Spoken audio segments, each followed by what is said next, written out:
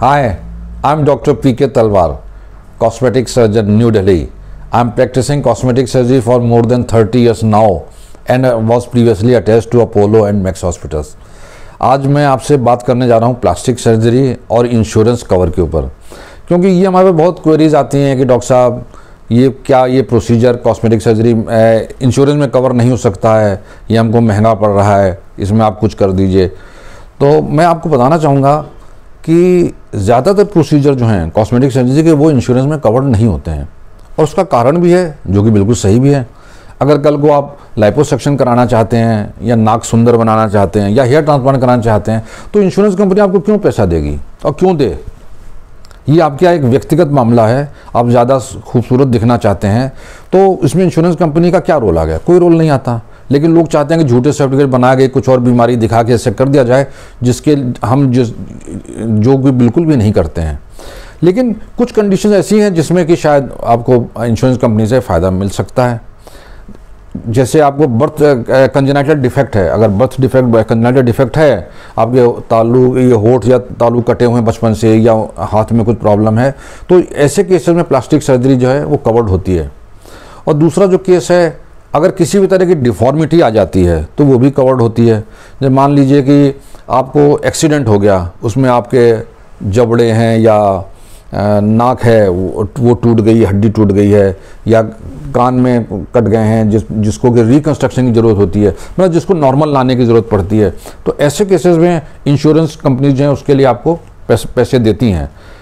कई बार functional problem भी आ सकती है। फंक्शनल प्रॉब्लम है जैसे कि जो लेडीज़ के ब्रेस्ट अगर बहुत ज़्यादा हैवी हो जाएं और कंधे वगैरह दुखने लगें, तो ऐसे केसेस में अगर ऑर्थोपेडिक सर्जन रिकमेंड करते हैं कि भाई आपको ब्रेस्ट का साइज़ कम कराना है, तो ऐसे केसेस में भी संभावना रहती है कि आपकी इंश्योरेंस कंपनी शायद उसको अप्रूव कर दे। तो ये जो है, अगर किसी को कैंसर हुआ है और कैंसर में आपकी ब्रेस्ट का कुछ हिस्सा निकाल दिया गया है, तो उसको वापस लाने के लिए प्लास्टिक सर्जरी की ज़रूरत पड़ती है, तो उसमें भी आपको इंश्योरेंस कंपनी पैसे देती है। तो बेसिकली अगर आपकी जो प्रॉब्लम है, अगर वो कंजेनाइटल है, एक्सीडेंट के कारण हुई है, या कोई किसी बड़ी बीमारी के कारण आपको जो है आपके अंग विकृत हो गए हैं, तो ऐसे केसेस में जो है इंश्योरेंस आपको मिल सकता है। लेकिन कॉस्मेटिक सर्जरी जिसमें जो सुंदरता से रिलेटेड है, जिसमें आपको फेस लिफ्ट करानी है, नोज सुंदर बनाना है, डबल चिन कराना है, हेयर ट्रांसप्लांट, तो ऐसे केसेस में पैसे नहीं मिलते हैं। तो आपको चीज़ें बिल्कुल क्लियर होनी चाहिए कि हम मुझे किस केस में पैसे मिल सकते हैं, किस में नहीं। क्योंकि मेरे पास एक पेशेंट आया था कि वो कहने लगा कि साहब मेरा कैशलेस है, और मेरे एजेंट ने कहा कि आप सर्जरी करा दीजिए, आपका कैशलेस हो जाएगा। तो बाकी एक्चुअली उसकी इंटेंशन क्या थी कि वो यहाँ पे राइनोप्लास्टी करा जाएगा और बाकी डॉक्टर खुद भुगतता रहेगा इंश्योरेंस से कि भाई पैसे दो ना दो। लेकिन ऐसा होता नहीं है। कैशलेस भी आपको तभी मिलता है जब आप प्री अप्रूवल मिलता है आपको उसके लिए, और कोई भी इंश्योरेंस कंपनी आपको अप्रूवल नहीं देगी।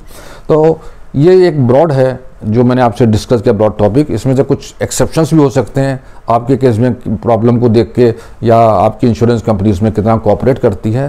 लेकिन ब्रॉडली कॉस्मेटिक सर्जरी में पैसे नहीं मिलते हैं। रिकंस्ट्रक्शन जहाँ पे हम प्लास्टिक सर्जरी कर रहे हैं, जिसमें एक्सीडेंट या कैंसर, बर्न्स, ऐसे कुछ केसेस हैं, तो वहाँ पे आपको उसके पैसे मिल सकते हैं। तो ये थोड़ा ब्रॉड डिस्क्रिप्शन मैंने आपको बताया है। इसके अलावा अगर आपको इस बारे में कुछ जानकारी चाहिए तो आपका स्वागत है, आप हमारी टीम से संपर्क कर सकते हैं। हमें बड़ी खुशी होगी आपके प्रश्नों का उत्तर देने में। और अगर आपको ये वीडियो या जानकारी पसंद आई हो तो इसको लाइक और सब्सक्राइब करना मत भूलिएगा, ताकि हम भविष्य में भी आपसे इसी तरह के टॉपिक से बात करते रहें। Thank you very much.